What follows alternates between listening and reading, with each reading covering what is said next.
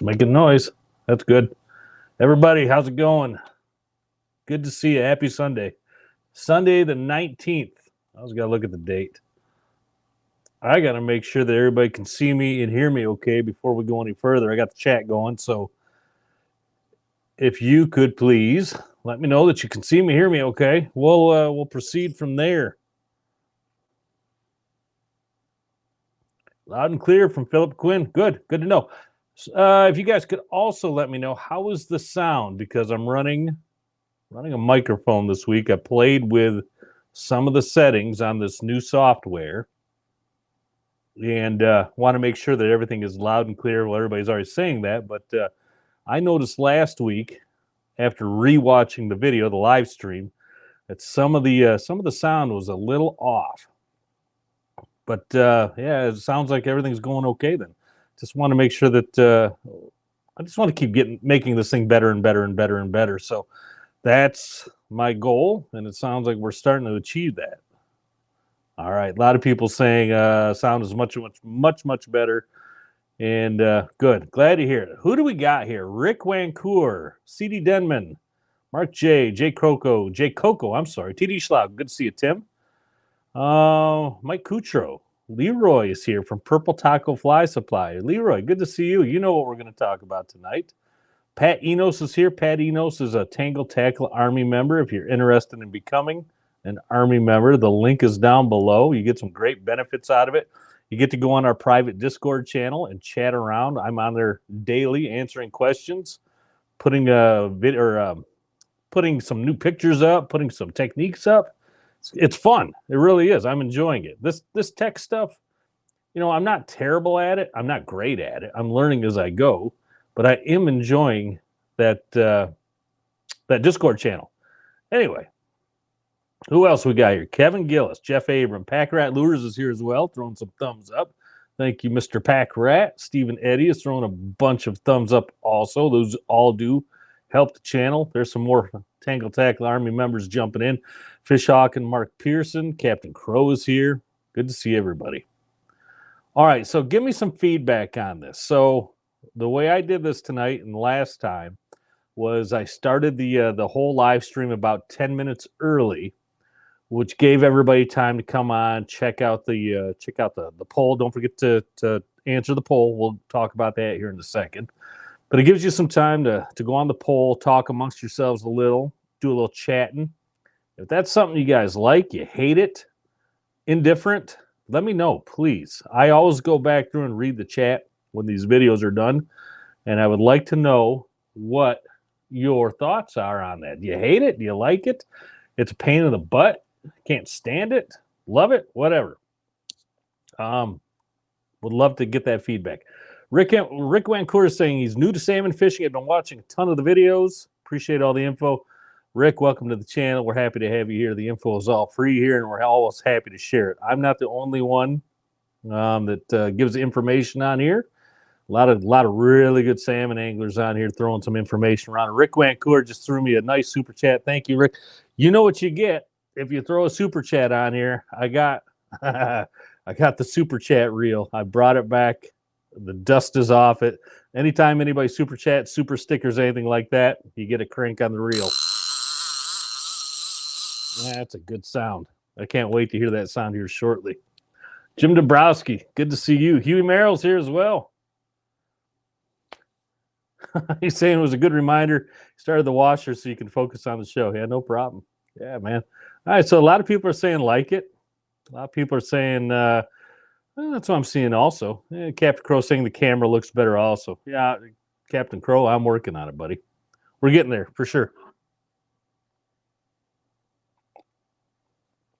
I get a drink of my orange Kool-Aid here. All right. Fishing report. Let's get the fishing report going here. I don't have much. Just to be completely blunt. Ice is going quickly. There's a few shanties out over the weekend. It's going to go even faster now. We got some warm weather coming, and then we got some cold weather sweeping back in. The ice is all over the place, man. There's holes opening up. There's cracks opening up. Some of the spearing holes are opening them up or opening back up quickly because of the warm weather. Man, be careful out there. If you're going out ice fishing, be careful. River fishing, I've heard good things on. The big Manistee has been doing pretty well on some steelhead, mostly in the lower section. Oh, I'm sorry, in the upper section. Check that. I'll go back to what I originally said, mostly in the lower section. I've been a little bit of everything, mostly beads, though. Sounds like orange beads have been pretty much doing all the damage. Just drifting them back under floats. I haven't heard anything on pierhead fishing, and that's a good thing because I drove by the pierheads today, and they're still pretty well covered in ice. I would hate to see anybody go out there and endanger themselves. It's just fish, guys. I know we all love to fish, man, but it's just fish. Be careful. And I'm sure we're going to get some surf fishing reports soon as well. So, Pat Eno, it's good to see you, another Army member. So, honestly, you guys and gals know when the fishing starts really picking up, I'm going to get much deeper into the fishing reports. You understand that. When we get in these off times, I just don't have a whole lot of information to give, and I'm not going to give you BS information just to do a filler. That's crap. I'm not going to do that. So when it picks back up, I'll let you know. Just saw that Scott Argetsinger is on here as well from Dreamweaver Lures. Don't forget, all these live streams are proudly brought to you by, I got to point in the right direction here, Dreamweaver Lures. Check them out at dreamweaverlures.com. There's a little logo right there in the corner. Got to make sure I'm pointing the right way, though. I got to remember how these cameras work. Links down below to Dreamweaver. But Scott and I, if you haven't seen it yet, Scott and I just put a video out a couple of days ago. Scott was gracious enough to invite me to come down to Dreamweaver's headquarters, and we did a real, not a real repair video, but a real upgrade video. Scott went over in depth how to upgrade your stock drags, really on any reel out there, to a really, really high quality carbon fiber drag washer system. It's a great video. Scott did a wonderful job explaining everything. It's highly in depth. It's a little long, I'll tell you that. It's a little long, but the information is it's important. So if you do go watch it, I'll just let you know, try not to skip over anything, because if you go and try to do the reel on your own and you booger it all up, that's not on me or Scott. You probably skipped something on the video, all right? Because Scott really did a nice job. Scott really did a nice job putting that whole thing together. Taking it apart, putting it back together, came out great. And I got basically a brand new reel out of the deal, so I'm pretty happy about that. All right. CD Denman saying he got the Mariners Learning System course, and he's having fun with the set and drift word problems. Yeah, if you got any issues when you're studying for your captain's license, and I'm kind of going a little off topic here, but just talking about getting your captain's license, taking that course, there's some great videos on YouTube to go in there and do the set and drift, to do your navigation, things like that. There's some great videos on YouTube for all that. Help me out. So anyway, tonight's live stream shouldn't take too long. We'll see how it goes, but don't forget, at the end of all these live streams, after we talk about whatever the topic is, we'll open it up to Q&A. If you guys, gals, have any questions and answers, I'm here. Scott Argetsinger is here. There's some great other anglers on here. We're happy to answer any questions that you might have. All right. So, but tonight's topic is 5 new salmon trolling flies for 2023. Coming out from Purple Taco Fly Supply. So we're going to go into, it's actually going to be a really fun way to do it this year. If you don't know what I'm talking about, let's do this. Let's jump over to the Purple Taco website. Make sure I get everything hooked up, ready to go for that. There we go. If I get my face out of the way, that should work. There we go.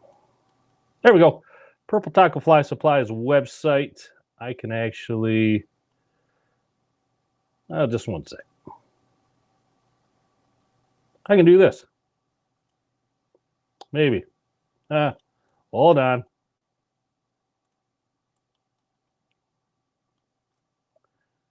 Oh, well. I'm still learning these things, like I said. There we go. Purple Taco Fly Supply's website up and running. I was trying to get it where I have a window up where my face is still there. Maybe it's better my face isn't still there. But let's go ahead and take a look here if I can make this accessible to me. Okay. PurpleTacoFlySupply.com. Link is down below to that. If you've never been here before, jump in, check it out. It's a great place. You can get all your fly supplies right here. We're right here on the homepage. They have little sections up here at the top: home, about, shop, blog, recipes, videos, and contact. We're going to jump into that video section right now. Right here, you're going to see a bunch of our videos on here. So if you don't know how to tie your own trolling flies, that video is here. There's fly recipes on here. How to tie your own meat rig, some giveaway stuff. There's even some other videos showing us out on the lake fishing. So that's the videos. The recipes section is what I wanted to go to. It's right here. Bunch of good recipes for flies on the Great Lakes, really anywhere Pacific Northwest, wherever you're fishing, there's some great fly recipes on here. All of these recipes, except for the UV Wonder Bread in the upper left-hand corner, have been come up with or have been developed by me or other guys on the boat. So the majority, though, I think like 99% are all developed by me over the last few years. And every year we come out with 5 new trolling flies that you can tie. And so you can scroll down through, you can see 2022's recipes, 2021's. That pickled sunshine imitation is a great fly. That double, all of these flies are really, really good. In fact, if you don't mind, if you've used these recipes and you've had good luck with them, put it in the chat right now. What is your favorite Purple Taco fly? I'd love to see in the chat what you guys and gals have been using out there. But these go all the way back several years. We've been building these flies, like I said, coming up with these recipes for a while now. Tangle Tackle Signature Fly is a good fly. It's really a good fly. The Purple Meringue is a great one. That Blackjack is a great teaser for meat rigs, especially down deep. The McKenna's Magic, that was developed by my daughter. That is one of my all-time favorite flies. That thing catches the heck out of fish. But I just wanted to give you a little look here. I don't mean to scroll up so fast, make everybody dizzy. But I wanted to give you a little look here at the website. And that way you know exactly what we're talking about. Okay.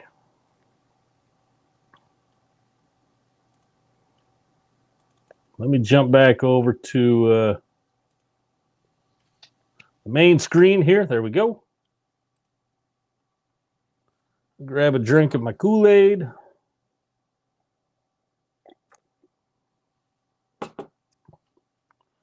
Oh, man. I got the screen all messed up here somehow. I apologize for that. Hold on. There we go. Looks like we're back. All right. Make sure we're caught back up.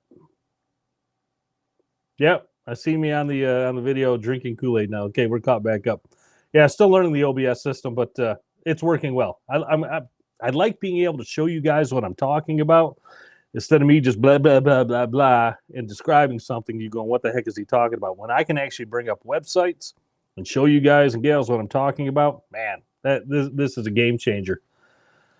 Okay, so this year's 5 new salmon trolling flies are going to be done by you out there in the viewing audience right now. What I'm asking is you pick out your favorite 1 or 2 favorite fly, your favorite 1 or 2 flies. Don't go more than 2. If you want to send me 2, that's fine, but try to keep it to 1 if you can, maybe your absolute favorite. But if you got 2 that are like neck and neck and you want to send both, that's fine. What I'm going to ask you to do is send me that fly or both those flies along with a recipe. And the recipe has to include the exact materials and what order you want them in. Has to include the bullet head color as well. And if you want to give us some bead recommendations as well, you can do that. So send me that entire recipe along with that fly. Send it to Tangled Tackle's shop here in Manistee. Tangled Tackle Company's website is down below in the chat. The address is on that website. So if you will list it, let's say Trolling Fly 2023. Put that on the envelope, please. Trolling Fly 2023. Put the shop address on there. Send me all that information. Let's do that all by... Let's make sure I get them by, let me look at the dates here. Make sure I get them by March the 11th. Yeah, let's do March the 11th. So Make sure I get them by March the 11th at the shop. I'll go through them all. I'll pick out what I think are some of the best, and I'm going to take those to other charter captains around here. We're all going to look at them. We're going to judge them up. And whatever the 5 best trolling flies that we choose out of all of them, those are going to be in the Purple Taco Fly Supply or in the catalog on the website. You get to name them. Don't forget to include the name of the fly, because if you're chosen, your fly with your fly's name and your name as well is going on the Purple Taco Fly Supply website. And there's your portal to fame right there. Pretty cool, though. If you get your fly on there, people are going to go out and use it, talk about it. It's a great thing. It's a lot of fun. And I'm really looking forward to seeing what you guys and gals all come up with. I come up with new flies every year. I enjoy it. There's always new techniques out there. There's always new color combinations. I mean, you think about all the different colors of Purple Taco Fly Supply have on their website. Man, the color combinations are absolutely endless. So send it to me. Pick out your best 1 or 2. Try to limit it to 1 if you can. Send it to me again at the shop address. The shop's website is down below, Tangled Tackle Company. Trolling Fly 2023. Name of the fly, name of yourself, recipe, and recommendations, like I said, on beads if you want to include that. If you got beads that absolutely work with it, make sure to include that in the recipe. Make sure I get that all by the date that I mentioned, whatever that was, March 10th, I think it was. And then we'll judge them up. The 5 best ones, the 5 that we choose, going on the Purple Taco Fly Supply website. It's going to be a lot of fun. It's a great competition. So what do you guys and gals think about that? Give me your feedback. I think it's going to be a great time. I'm looking forward to it. And it also means I don't have to do all the work.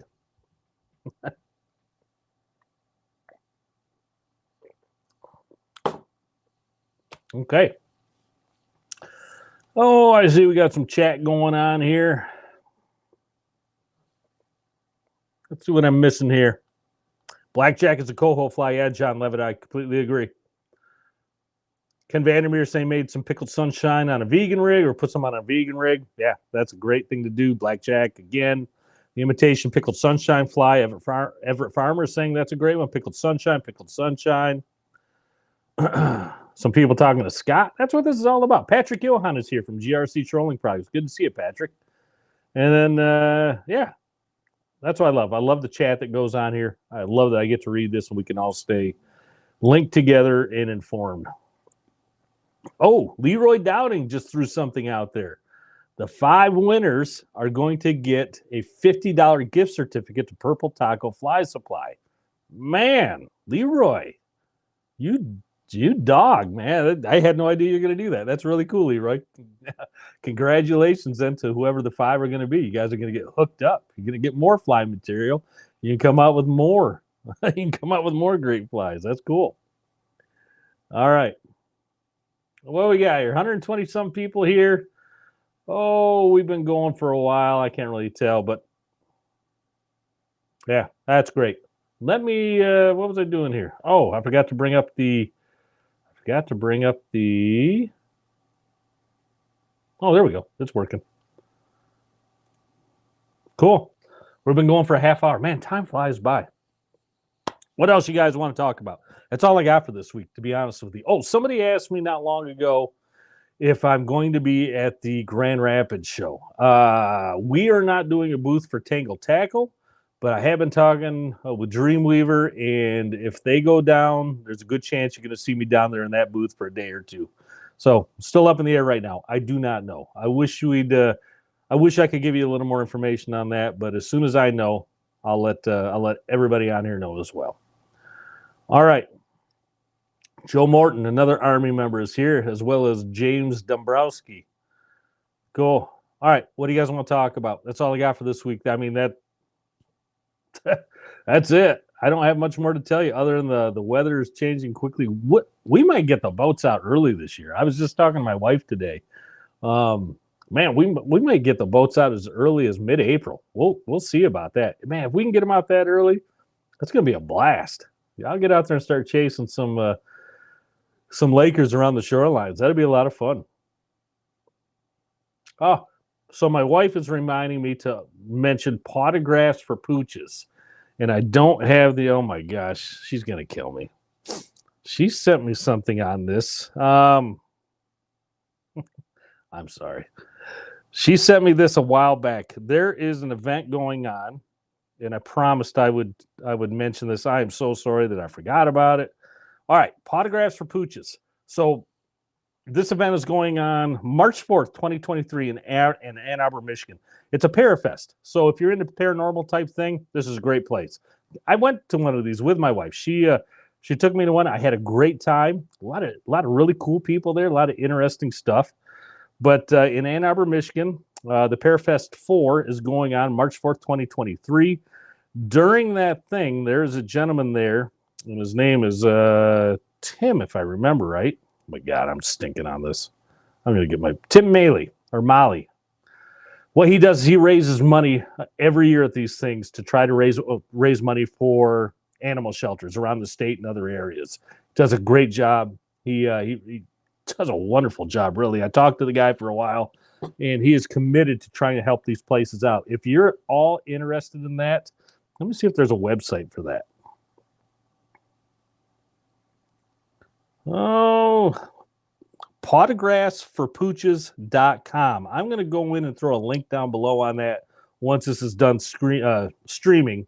But Podographs, Podographs for pooches.com. I'm going to put a link down below because that's a lot to spit out there. But it is a cool thing. And if there's any way anybody out there can help support that or want to go, if you want to go to that, you will enjoy yourself. I'm going to guarantee you that. All right. Mitch Leach wants to know, when does spring coho generally start up there? So, Mitch, spring coho around here, it's not like it is downstate. If you think of spring coho down in St. Joe, those areas, it is not the same. By the time we start getting coho up this way, the water is warmed up enough where we're starting to get kings as well, and the fish are starting to push off into deeper water. It is just not the same animal in any way. We do start getting a smattering of coho, early June, late May, sometimes a little later. But the coho for us really come later in the year, like into September. We'll get those big pushes of coho coming up north to run up to Betsy or run into Platte Bay, rather. And that's when we really start getting the really good coho fishing around here. I wish we crushed it every year like those guys do downstate, but we just don't.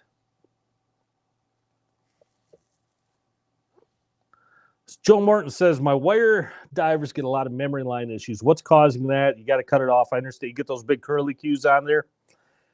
What causes that is just that. It's line memory, and there's not a whole lot you can do about it. That's why I spool up all my wires or all my wire reels with 1,000 feet.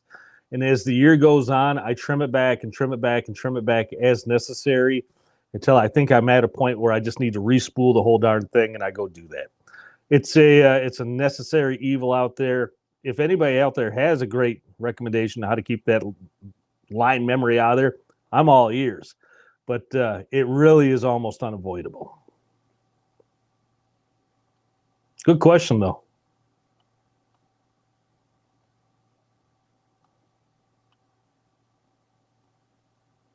Scott Garb saying, how are the Repo Rescues people? Oh, they're great. Just found out today. We're talking with my wife today that all those donations greatly helped their organization. They've been able to take in many more animals, get dogs and other animals off the streets, get them retrained back out to homes. They're doing a great job. All of you did a great job in supporting that, so thank you. Steve Ordway is asking, does anyone have a decent place around Manistee or Ludington to get canvas work done? So, Steve, yeah, there used to be a place here in Manistee that did it, and they've gone out of business. I think they were over on, I can't really remember the name of the road they were on. Anyway, they've gone out of business. There is an Amish family up on 9 Mile Road. So if you go north out of Manistee up to 9 Mile Road, take a right towards Calava. Just before you get to Calava on the right-hand side, there is an Amish family that does canvas.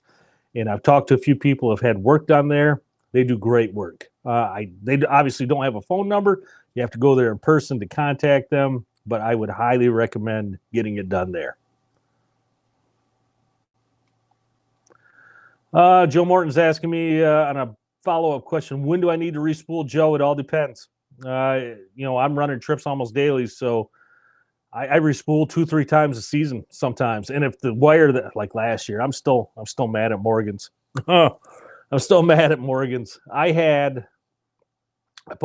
wanted to get torpedo wire back on my reels. We were out of torpedo wire at the shop. I had to go with Morgan's. I'd never used it before. We probably broke off 7 or 8 times, not just on fish. The majority of the breakoffs were just on pulling in an empty diver with nothing on it, just a flasher and a fly or a meat rig, or a nice fish to be on. Probably broke off 8 rigs on that Morgan's wire. And if you think each rig with a diver, flasher, whatever else on there, you're talking $50 every time that goes. Way I consider it, I think Morgan's owes me about $300 in gear. I never want to trash talk a company, but 8 times in one season, that left a really bad taste in my mouth. Hopefully they get their act together and they get that going a little bit better. But until they do, I'm staying away from Morgan's wire. I'm going right back to Torpedo. Torpedo makes a good wire.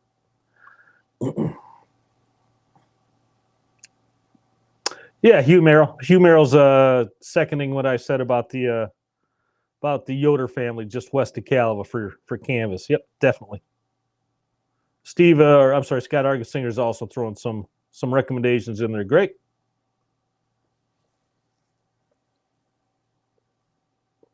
Joe Wilbaum wants to know, will 80-pound braid travel through water just like wire versus mono? So don't ever put mono on your divers.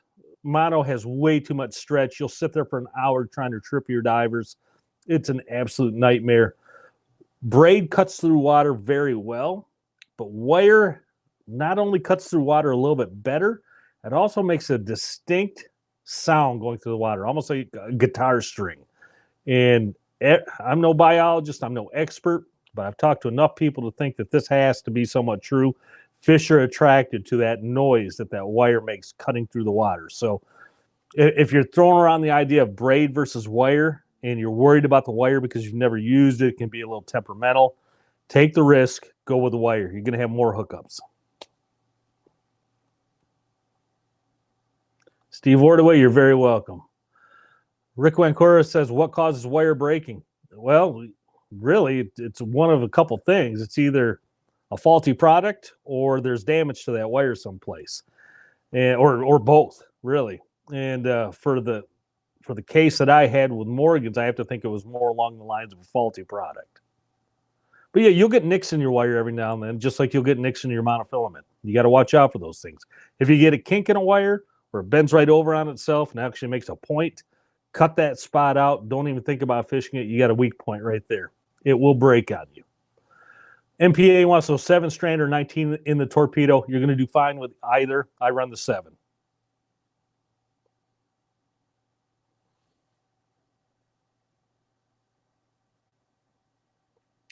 Luke Gehring wants to know any recommendations for a company that does a marine survey. Luke, if you want to email me, my email's down below, christangletackle@gmail.com. I got a guy that did my survey 4 or 5 years ago now. He did a great job. I'd be happy to send you the information if I can find it.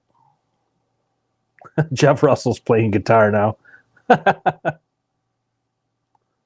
Yeah, Jeff Russell, Diodario and GHS. Yeah, how about some Ernie Balls too? How about some Super Slinkies? Yeah, I play a little also, man. That's funny. Ed Vree throwing out his 2 cents on wire versus mono and braid. Says he went to wire on all of them. Game changer. Absolutely. David Robotham said the noise from wire being said, so is copper better than lead core? No, the diver wire is under much more tension because of the rod tip to the diver. Much, much more tension there than a copper line or a weighted steel line. That's not under anywhere near as much tension. Completely different. Completely different.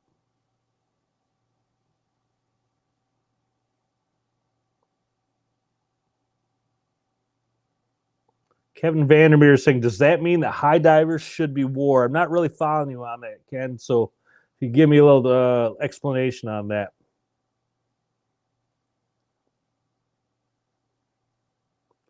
Scott Garbs, that's a good question, man. So he's asking, what speed does it take to keep the SS Super Slims working? Scott, you can chime on this as well. I'm going to throw my 2 pennies in there. He's asking, do you need extra speed if the spoons have a glow paint, a heavier paint?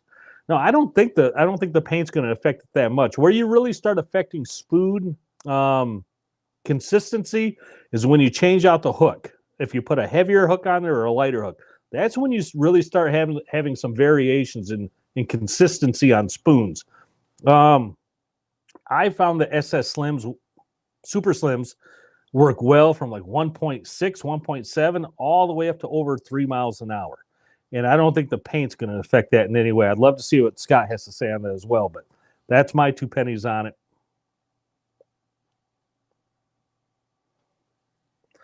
Josh Korchek saying 11 or 9-inch Ninja boards. The longest copper he runs is a 300 and a 10-colored lead. Will a 9-inch work on these? Yes, Josh, they will. Absolutely, they will. I think if that's all you're going to run is up to a 300 or a 10-color, the 9-inch should be fine for you. If you're going to go over a 300, I highly recommend the 11-inch. I run 11-inch on all my stuff. I just like the way they track, and if I have all 11-inch, they track really well together. I get a really nice spread going, but that's just me. That's just my taste. The 9-inch, if you're running, like I said, up to a 300, you'll be fine. And the 9-inch have that nice tattletale flag on them, which is nice if you're running a 2 or 3 color and you get a dink, really any line. If you get a dink on there, that flag is going to give it away that you got something on and you're not sitting there dragging one around.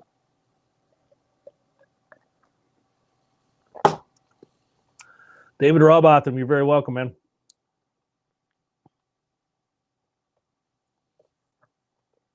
Fishhawk wanting to know, do I run different rod lengths for my high and low divers? Yeah, I do. My high divers, because they're out further, the closest to the nose of the boat, and they got to get around my low diver. My high divers are 10-foot rods. They're Akuma Convector Pro 10-foot rods with twilly tips, stainless steel eye guides. I don't run rollers. I hate rollers. I curse rollers. 10-foot Akuma Convector Pros, and then my low diver is a 9-foot Akuma Convector Pro. That's what I've run now for several years, and I absolutely love them. Scott Argetsinger, who's on here, he's the one that turned me on to that. They were running it over on Riverside, as well as some other boats. Netminder was running them. I think those were the 2 that really kicked it off. And I got on that wagon as well, and I'm not going back. Those are the best rods out there, in my opinion, for wire divers. Jason C says his boat is calling him. He needs to get out there. Yeah, buddy.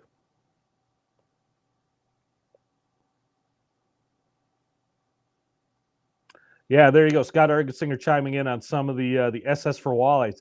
People are dragging those all the way down to the speeds of 1.0 to 1.2. So if that tells you anything about how well that spoon is designed and performs, that right there speaks volumes. Those SS spoons, they're just dangerous, man. They are good spoons. Fishhawk, you're very welcome, dude. Absolutely welcome. Josh Korchek, you're welcome as well. All right. We're creeping up on 150 people being on here, and I've been yapping away for almost an hour. No, about 35 minutes or so. Anyway, let's check the poll. So this week's poll question is, what should next Sunday's topic be? Number 1, finding a starting point. Spin Doctor, spoons, or flash or fly. And by a landslide, 73%. You guys and gals want to talk about how you find a starting point.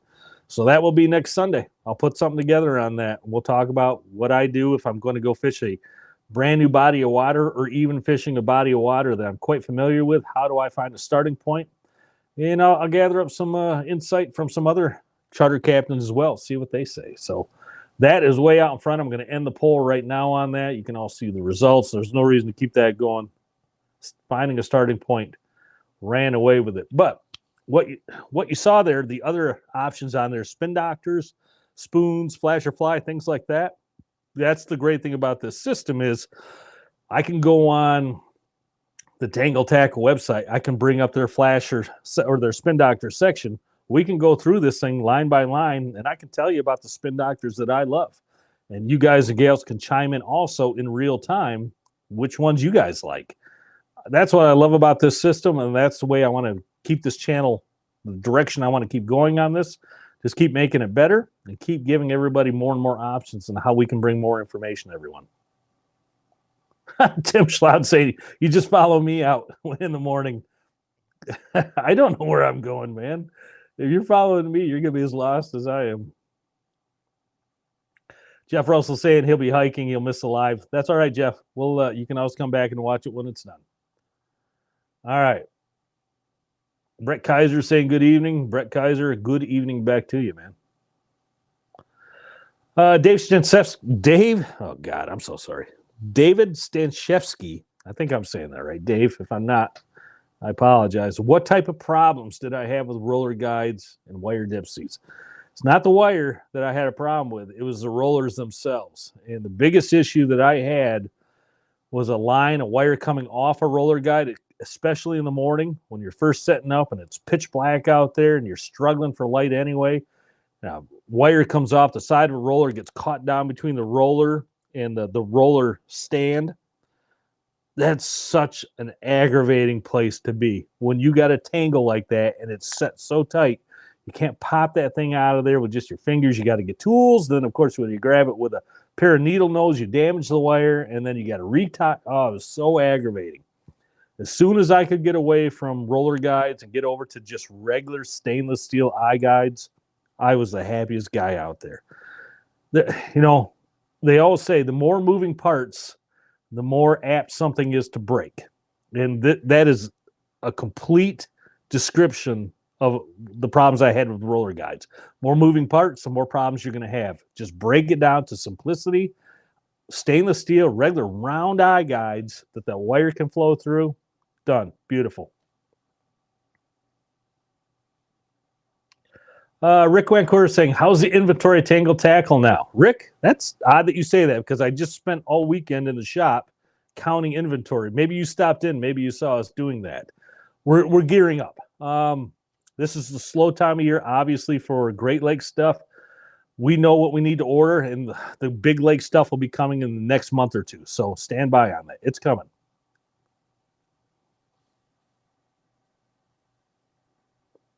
Jeff Russell saying he wants to discuss fillet knives. We can do that in the future. My number one fillet knife is a 9-inch Rapala. I have a great big 12-inch Victorinox Forstner. The thing is probably 60 years old, maybe older than that. But my 9-inch Rapala, which is just that old, also has great steel in it. I clean fish all the way from a couple pounds, and I've cleaned a couple kings up in the low 30-pound range with that thing. I love that knife.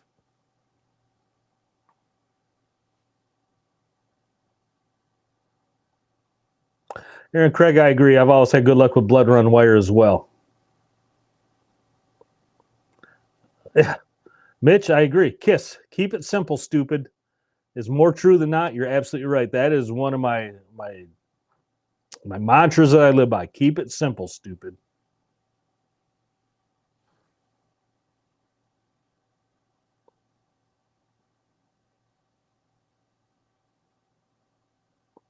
MPA want to know if I ever used Mark's cleaning services when he's at Manistee. You're talking about Manistee Mark. Manistee Mark is a legend around here. I've never used his services, but I cleaned enough fish down there to watch him work, and the guy was amazing.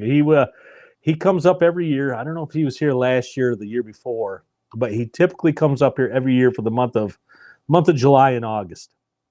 I've never seen a guy clean a fish like that guy. The way he does it is unique, fast, and clean. I've seen guys try to race him. They can't hold a candle to the guy. Really cool to watch. David Stanchevsky saying knife sharpening tips. Oh my God, I boogered that all up. Knife sharpening tips. Top class entertainment right here, guys. I use a Ken Onion knife sharpening tool. Well, the rotating, you know what I'm talking about. It has the I can't think right now. Look up Ken Onion, you'll see what I'm talking about. That's what I use. I take my knives, all my knives, my wife's kitchen knives. I do those every month or two. Those things stay razor sharp. And I do my fishing knives at the beginning of the year on that Ken Onion. And they last me as long as I don't drop them, put a dent in them, bend the blade over, anything like that, put a chip in it. They will stay sharp on me as long as I maintain them throughout the rest of the year. And all I do to maintain them is a sharpening steel, just a nice rod sharpening steel. Clean that up every time before I clean a fish, and that thing will stay sharp. Now, the only time that I can get a really dull knife and I want to bring it back and put it on the onion is if I'm cleaning a ton of lake trout. Lake trout bones are made out of concrete, and they can take an edge off a knife like that. So if I'm cleaning a ton of lake trout, when I'm done with those, sometimes I'll bring the knife back home and I'll put an edge back on. But that Ken Onion system, I highly recommend it. It's about $100, maybe a little more, but it is well worth it. And my wife's kitchen knives are scary sharp. Like, I don't want to get within a foot of those things. They're so sharp, but really well done. Oh, and I always run them on a leather strop when I'm done. I have a nice 3-foot section of leather here in the kitchen. Put it on a leather strop about, I don't know, a dozen or so times. Those things come out beautiful. Tim Schlau is saying, where did the acronym KISS come from? Keep it simple, stupid. I have no idea. Like most good sayings probably came from the military. Like FUBAR or snafu or things like that. The Work Sharp is another one. Yep. But is the Ken Onion the same as the Work Sharp? I think that's the same. I think that's the same brand, the Ken Onion Work Sharp. If I'm wrong, I'm wrong. But yeah, I'm right. Yep, Ken Onion Work Sharp. It is a belt system. It's hard to describe. It's like a conveyor belt, really fast, but it really puts a nice edge on knives. Maybe I can do a video on that. Maybe how I use that and the process sometime. And the biggest thing on knives is your angle. You don't want such a thin angle where it will be really sharp but dull quickly. And you don't want such a blunt angle where it doesn't get quite as sharp but keeps, doesn't get damaged quite as easily. You got to find that middle ground. For me, it's usually right around 20 to 25 degrees, somewhere in there. Sometimes I'll go a little less than that, down to like 22. But really, if you keep it 22 up to 27, somewhere in there, you're going to find the right angle for your blade. Anyway, I've been talking a long time here. I appreciate everybody sticking around. I don't have much more to say. It looks like the comments are starting to peter down, so we can get out of here. Guys, gals, if you got any questions, please feel free to throw them in the chat once this is posted to YouTube. I always go back and look at these, and I look at all my chats. If you go back there and look at my videos, you can see that I read all the chats that come in, no matter if they come in during the live or after. I'll go through, I'll put a heart on it to let you know I read it, and if it's something that needs replying to, I definitely will do that for you. Scott Garbs, I'm going to answer this question, then we'll get out of here. Is there a decent reason to use underwater lights on your stern at night? I don't think it helps. With landing fish, yes, it can definitely help with landing fish. But I've seen enough evidence to know some of those boats that have those really bright deck lights or stern lights. I talked to a boat one day. He was smoking the fish for 2 or 3 days straight. Just absolutely on the bite, catching great fish. And then the next day I saw him and I said, "You still on the fish?" He goes, "We didn't catch a single thing." He said, "We drove around all day, didn't catch anything." And then I realized I still had my underwater stern lights on. And he said, "I don't know if that's what killed the bite for us, but he had a really good feeling that it did." So anyway, that's my thoughts on that. I don't know if it's true or not, but I might as well throw it out there. Anyway, let's get out of here. Thanks, everybody, for being here. I will see you next Sunday at 7 p.m. And if you got any questions, like I said, throw them in the chat. Be safe.